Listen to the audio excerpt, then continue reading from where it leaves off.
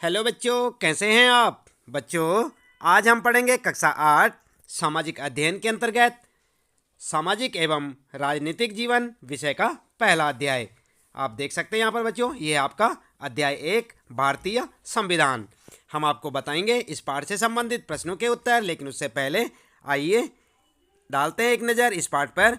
आप इस पाठ को यहाँ से भी पढ़ सकते हैं बच्चों और अपनी पाठ्य पुस्तक से भी, लेकिन याद रहे एक बार पाठ को जरूर से ज़रूर पढ़ लें। इससे ये होगा बच्चों कि जो यहाँ पर आपको प्रश्नों के उत्तर बताए जाएंगे उन्हें आप अच्छे से समझ पाएंगे। जैसे ही यहाँ पर ये पाठ समाप्त होता है, हम आपको लिए चलेंगे इस पाठ से संबंधित प्रश्नों के उत्तरों पर। उन्हें आप ध्यानपूर्वक सुनें, समझें और अपनी नोटबुक में नोट करें और अपनी परीक्षा की अच्छी सी तैयारियाँ करेंगे। देख रहे हैं ना बच्चों, ये है आपका पहला अध्याय भारतीय संविधान। और जैसे ही बच्चों यहाँ पर ये पाठ समाप्त होता है, हम आपको तुरंत दिखाएंगे इस पाठ से संबंधित प्रश्नों के उत्तर। तो आप लगातार देखते रहें वीडियो और जुड़े रहें हमारे साथ। इसी प्रकार कक्षा 8 हिंदी वसंत और सामाजिक अध्ययन के अन्य विषयों के सभी पाठों के प्रश्नोत्तर आपको इस चैनल में देखने को मिलेंगे। इसलिए आप चैनल को सब्सक्राइब अवश्य कर दें, बेल आइकन भी दबा दें, ताकि आपको आने वाली प्रत्येक नई वीडियोज़ की नोटिफिकेशन भी मिलती रहेगी। तो आप समझ सकते हैं बच्चों, यहाँ पर जैसे कि ये पाठ समाप्त होता है और इस पाठ से संबंधित प्रश्न शुरू हो जाते हैं, तो हम आपको इन सारे प्रश्नों के उत्तर अभी बताने वाले हैं। आप उन्हें अपनी नोटबुक में नोट करें और अपनी परीक्षा की अच्छी सी तैयारियां करें। तो बच्चों चलिए अब शुरू कर लेते हैं इस पाठ के प्रश्न उत्तर। तो बच्चों आपको एक बार फिर से याद दिला दें, आज हम पढ़ रहे हैं कक्षा 8 सामाजिक एवं राजनीतिक जीवन का पहला पाठ भारतीय संविधान। और हम आपको बता रहे हैं यहाँ पर इस पाठ से संबंधित प्रश्नों के उत्तर अभ्यास प्रश्न उत्तर में। ध्यान दें आप, सबसे पहले हम आपको बताते हैं यहाँ पर पाठ के अंतर्गत पूछे गए प्रश्न और उनके उत्तर। यानी कि आप समझ गए होंगे बच्चों, पाठ के बीच बीच में कुछ प्रश्न पूछे होते हैं जिनके उत्तर आपको लिखने होते हैं। तो सबसे पहले हम पाठ के बीच वाले जो प्रश्न होते हैं उनके उत्तर आपको बता रहे हैं। सबसे पहला प्रश्न है, आप देख सकते हैं, मूलभूत शब्द से आप क्या समझते हैं। अपने रोजमर्रा के जीवन के आधार पर मूलभूत नियम का एक उदाहरण दें। और ये प्रश्न बच्चों आपको देखने को मिलेगा, आप देख सकते हैं पेज नंबर 6, यानी कि पेज नंबर 6 पर आप देखें, आपको ठीक इसी प्रकार से एक प्रश्न दिखाई देगा। तो इस प्रश्न का उत्तर आप क्या लिखेंगे बच्चों। उत्तर आप इस प्रकार से लिखें, मूलभूत शब्द का अभिप्राय है मौलिक या आवश्यक। क्या है मूलभूत का अभिप्राय, मौलिक या आवश्यक। उदाहरण के लिए, यदि हम कोई खेल खेलना चाहते हैं तो हमें उस खेल के मूलभूत नियम जानने होंगे। क्या समझे बच्चों, आप क्रिकेट खेलते हैं तो आप क्रिकेट से संबंधित सारे नियम जानते हैं, और कबड्डी खेलते हैं तो कबड्डी के नियमों को जानते हैं, तभी तो खेल पाते हैं ना अच्छा सा। तो इसलिए मूलभूत शब्द का भी यही अभिप्राय है कि मौलिक या आवश्यक। यदि हम कोई खेल खेलना चाहते हैं तो हमें उस खेल के मूलभूत नियम जानने होंगे। यही क्या है, मूलभूत का अर्थ है। इसके बाद बच्चों दूसरा प्रश्न है आपका, नेपाल की जनता एक नया संविधान क्यों चाहती थी। ये प्रश्न भी आपको पेज नंबर 6 पर मिलेगा। तो आप देखें अपना पेज नंबर 6 अपनी पाठ्य पुस्तक में, इसी प्रकार का आपको एक प्रश्न देखने को मिलेगा कि नेपाल की जनता एक नया संविधान क्यों चाहती थी। उत्तर में आप लिखेंगे, इस प्रकार से लिखें, 1990 यानी 1990 में बने नेपाल के संविधान के अनुसार नेपाल में राजतंत्र की स्थापना की गई थी। नेपाल के लोग नेपाल में लोकतंत्र की स्थापना करना चाहते थे, इसलिए नया संविधान चाहते थे। समझिए ना आप। इस प्रकार से आप जो इस प्रश्न का उत्तर लिखें और इसे याद करें। आगे बच्चों तीसरा प्रश्न है, अपने शिक्षक के साथ चर्चा करें कि राज्य और सरकार के बीच क्या फ़र्क होता है। जानते हैं आप राज्य और सरकार में क्या अंतर होता है बच्चों, नहीं जानते, चलिए कोई बात नहीं, अभी आपको उत्तर में बता देंगे। यहाँ पर आप ध्यान दें, ये प्रश्न आपको देखने को मिलेगा पेज नंबर 13 पर। कहाँ पर, पेज नंबर 13 पर। आप जो है 13 नंबर पेज देखें अपनी पाठ्य पुस्तक का, वहाँ पर आपको इस प्रकार का एक प्रश्न मिलेगा।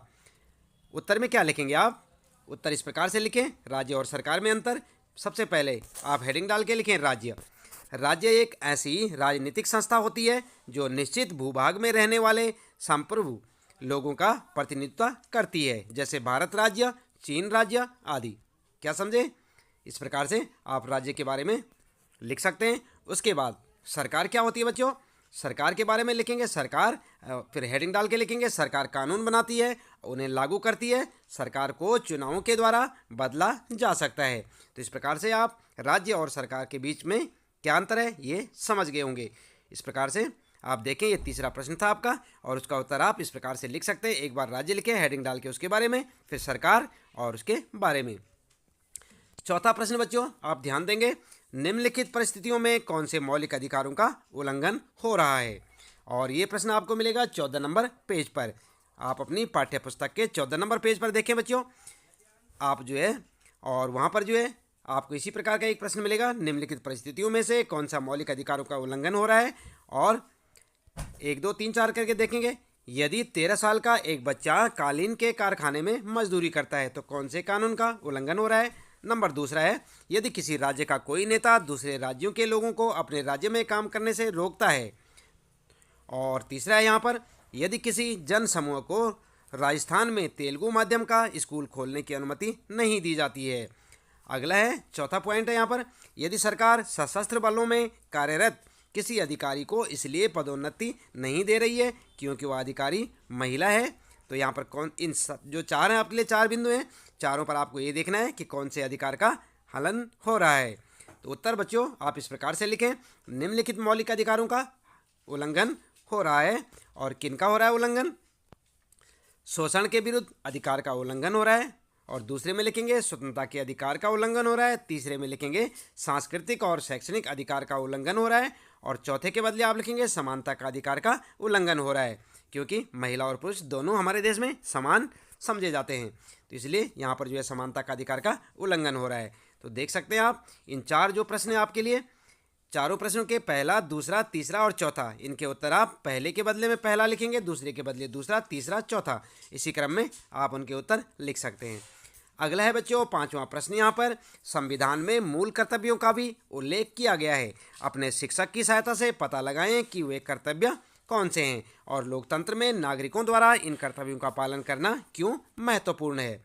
तो आप अपने शिक्षक से भी पता कर सकते हैं बच्चों, और हम भी आपको यहाँ पर बताने वाले हैं। तो देख सकते हैं आप पेज नंबर 15 पर ये आपको जो है ये प्रश्न देखने को मिलेगा। कहाँ पर मिलेगा ये प्रश्न, पेज नंबर 15 पर देखें आप, आपको इस प्रकार का एक प्रश्न देखने को मिलेगा। इसका उत्तर क्या लिखेंगे, उत्तर लिखेंगे बच्चों हमारे मूल कर्तव्य, और फिर हेडिंग डाल के लिखें आप। नंबर 1 क्या है हमारे मूल कर्तव्य, नंबर 1 संविधान का पालन करना तथा राष्ट्रध्वज, जानते हैं ना आप जो हमारे देश का झंडा है, राष्ट्रध्वज एवं राष्ट्रगान का सम्मान करना। ठीक है। दूसरा है मूल कर्तव्य भारत की संप्रभुता, एकता और अखंडता को कायम रखना और उसकी रक्षा करना। उत्तर में लिखेंगे तीसरा पॉइंट, राष्ट्रीय आंदोलन के प्रेरक विचारों को संजोए रखना और उनका पालन करना। चौथा पॉइंट लिखेंगे सार्वजनिक संपत्ति की रक्षा करना और हिंसा से दूर रहना।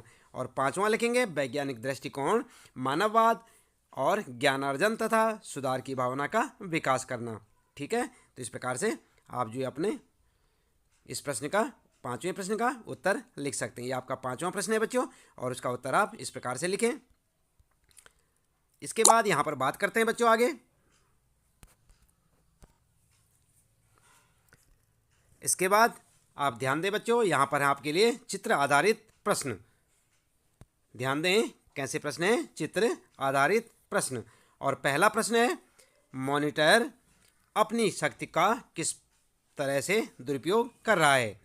मॉनिटर जानते हैं ना आप, आपकी क्लास में मॉनिटर होगा, कोई बच्चा मॉनिटर होता है क्लास में, तो मॉनिटर अपनी शक्ति का किस तरह दुरुपयोग कर रहा है। और ये प्रश्न भी आपको मिलेगा पेज नंबर 7 पर, यानी कि 7 नंबर पेज पर देखें, इस प्रकार का आपको एक प्रश्न मिलेगा।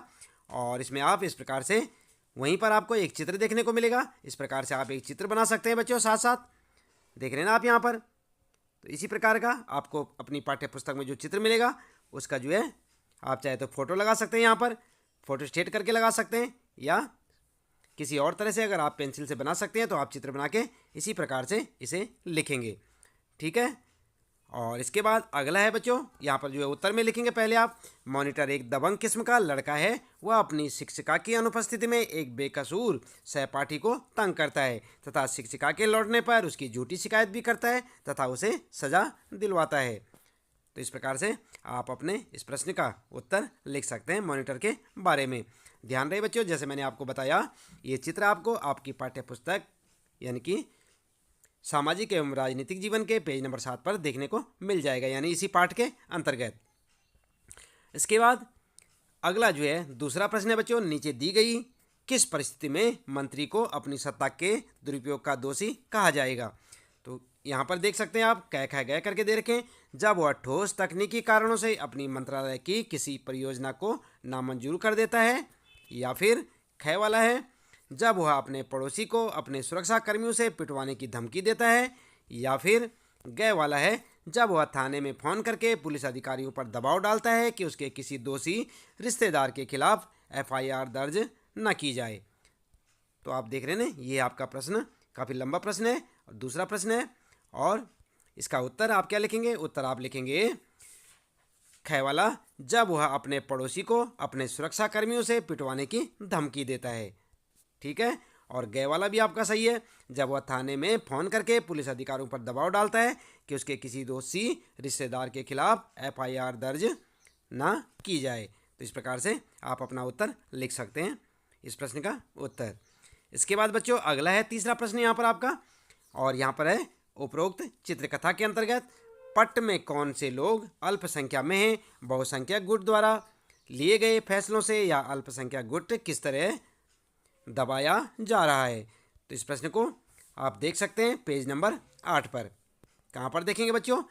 पहले आप अपनी पाठ्य पुस्तक के 8 नंबर पेज को देखें, वहाँ पर आपको इस प्रकार का एक प्रश्न देखने को मिलेगा, और इसका उत्तर आप फिर वहीं पर जो है आपको एक चित्र मिलेगा, चित्र के रूप में इस प्रकार से आप उसे बना सकते हैं, या उसकी अपनी किताब से फ़ोटो स्टेट करके उसकी फ़ोटो वहाँ पर चिपका सकते हैं। तो आपका उत्तर हो जाएगा बच्चों, देख रहे ना आप ये वाला चित्र। और साथ में आप लिखेंगे उत्तर में क्या लिखेंगे? नंबर 1, 2 करके लिखेंगे लड़कियां अल्पसंख्या में हैं, लड़के क्रिकेट खेलना चाहते हैं जबकि लड़कियां बास्केटबॉल खेलना चाहती हैं। ठीक है, और शिक्षा के इस विवाद को हल करने के लिए दोनों पक्षों को हाथ उठाकर अपनी राय बताने के लिए कहते हैं। लड़कों की संख्या अधिक होने के कारण फैसला उनके पक्ष में जाता है। इस प्रकार बहुसंख्यक गुट द्वारा लिए गए फैसले से अल्पसंख्यक गुट को दबाया जा रहा है। तो इस प्रकार से आप अपना उत्तर लिख सकते हैं। जैसे मैंने बताया, फ़ोटो को आप फ़ोटो स्टेट कर सकते हैं अपनी किताब से और उसको बीच में चिपका सकते हैं। इसके बाद बच्चों अगला प्रश्न है यहाँ पर चौथा प्रश्न, शबनम इस बात पर क्यों खुश हो रही है कि उसने टीवी नहीं देखा, ऐसी स्थिति में आप क्या करते हैं। और ये प्रश्न बच्चों आपको मिलेगा पेज नंबर 9 पर, 9 नंबर पेज पर देखें आप, और वहाँ पर आपको एक चित्र भी मिलेगा इस प्रकार का, आप इसकी भी फ़ोटो कॉपी कर सकते हैं और इसे यहाँ पर चिपका सकते हैं। ठीक है, और उत्तर में क्या लिखेंगे आप बच्चों? उत्तर लिखेंगे शबनम ने टीवी न देखकर परीक्षा के लिए 2 अध्याय तैयार कर दिए। इन अध्यायों में से बहुत से प्रश्न आए और शबनम ने उन प्रश्नों का उत्तर ठीक लिखा। और दूसरा पॉइंट लिखेंगे मैं भी वही करता या करती, अगर लड़की हैं आप तो करती लिखें, जो शबनम ने किया। ठीक है, तो इस प्रकार से आप चित्र लगाने के बाद नीचे यहाँ पर उत्तर लिख सकते हैं। अब इसके बाद चलते हैं बच्चों पाठ के अंत में पूछे गए प्रश्न। इससे पहले जो हमने आपको प्रश्नों के उत्तर बताए, ये क्या थे? पाठ के बीच में से पूछे गए प्रश्नों के उत्तर।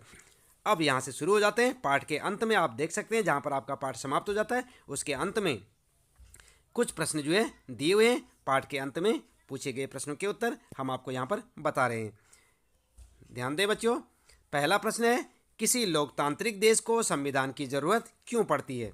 जानते हैं आप किसी लोकतांत्रिक देश को संविधान की ज़रूरत क्यों पड़ती है, क्यों हमें संविधान की ज़रूरत पड़ी? चलिए उत्तर देख लेते हैं। उत्तर में आप लिखेंगे संविधान की ज़रूरत और यहाँ पर हेडिंग डालेंगे। पहला पॉइंट लिखेंगे यह उन आदर्शों को सूत्रबद्ध करता है जिसके आधार पर नागरिक अपने देश को अपनी इच्छा और सपनों के अनुसार रच सकते हैं। ठीक है, रच सकते हैं लिखें। ठीक है, दूसरा पॉइंट लिखेंगे यह ऐसे नियम निश्चित करता है जिसके द्वारा शासकों के हाथों सत्ता के दुरुपयोग को रोका जा सके। तीसरा पॉइंट लिखेंगे संविधान यह भी सुनिश्चित करता है कि कोई ताकतवर समूह किसी दूसरे कम ताकतवर समूह या लोगों के खिलाफ अपनी ताकत का प्रयोग ना कर सके। तो इस प्रकार से आप जो अपने उत्तर को लिख सकते हैं। हेडिंग जरूर डालें आप, हेडिंग लिखें मोटे मोटे अक्षरों में और संविधान की ज़रूरत, और उसके बाद यहाँ पर 3 पॉइंटों में अपना उत्तर दे सकते हैं। बच्चों याद रहे, याद भी करें, प्रश्नों को अच्छे से समझें। अगला प्रश्न है बच्चों, नीचे दिए गए दो दस्तावेजों के हिस्सों को देखिए। पहला कॉलम 1990 का नेपाल के संविधान का है, दूसरा कॉलम नेपाल के ताज़ा अंतरिम संविधान में से लिया गया है। ये है आपका प्रश्न। और यहाँ पर जो है आप जो एक टेबल बनाएंगे इस तरह से, और देख सकते हैं यहाँ पर 1990 का नेपाल का संविधान और 2007 का अंतरिम संविधान। यहाँ पर लिखा है भाग 7 कार्यपालिका, यहाँ पर जो है कार्यपालिका भाग 5, अनुच्छेद 35 कार्यकारी शक्तियाँ, अनुच्छेद 37 कार्यकारी शक्तियाँ और नेपाल अधिराज्य की कार्यकारी शक्तियाँ महामहिम नरेश और मंत्रिपरिषद की में निहित होंगी। और यहाँ पर लिखा है नेपाल की कार्यवाही मंत्रिपरिषद में निहित होंगी। तो इसी प्रकार से आप इस टेबल को बनाएं और जैसे इसके बीच में लिखा हुआ है ये सब आप लिख सकते हैं। इसके बाद बच्चों ध्यान देंगे, आगे यहाँ पर पूछा गया है कि नेपाल के इन दोनों संविधानों में कार्यकारी शक्ति के उपयोग में क्या फ़र्क दिखाई देता है। इस बात को ध्यान में रखते हुए क्या आपको लगता है कि नेपाल को एक नए संविधान की ज़रूरत है, यदि है तो क्यों। ठीक है, तो ये प्रश्न है आपका, काफ़ी लंबा प्रश्न है बच्चों, ध्यानपूर्वक देखें। प्रश्न दूसरा ये और इस प्रकार से लिखा हुआ है। तो आप उत्तर में क्या लिखेंगे, उत्तर आप इस प्रकार से लिखेंगे बच्चों। आप लिखें उत्तर, नेपाल को नए संविधान की आवश्यकता है। नंबर 1 यहाँ पर जो है हेडिंग डाल सकते हैं आप। उसके बाद लिखेंगे नंबर 1, 1990 के संविधान में कार्यकारी शक्तियां राजा के हाथ में केंद्रित हैं, जबकि 2007 के अंतरिम संविधान में सत्ता की कार्यकारी शक्तियां मंत्रिपरिषद के हाथ में रहेंगी। तो इस प्रकार से आप अपना उत्तर लिख सकते हैं। दूसरा पॉइंट लिखेंगे, हाँ नेपाल को नए संविधान की ज़रूरत है क्योंकि 1990 के संविधान में ये आदर्श निहित हैं जो नेपाल की जनता चाहती है। तो इस प्रकार से आप अपना उत्तर दे सकते हैं।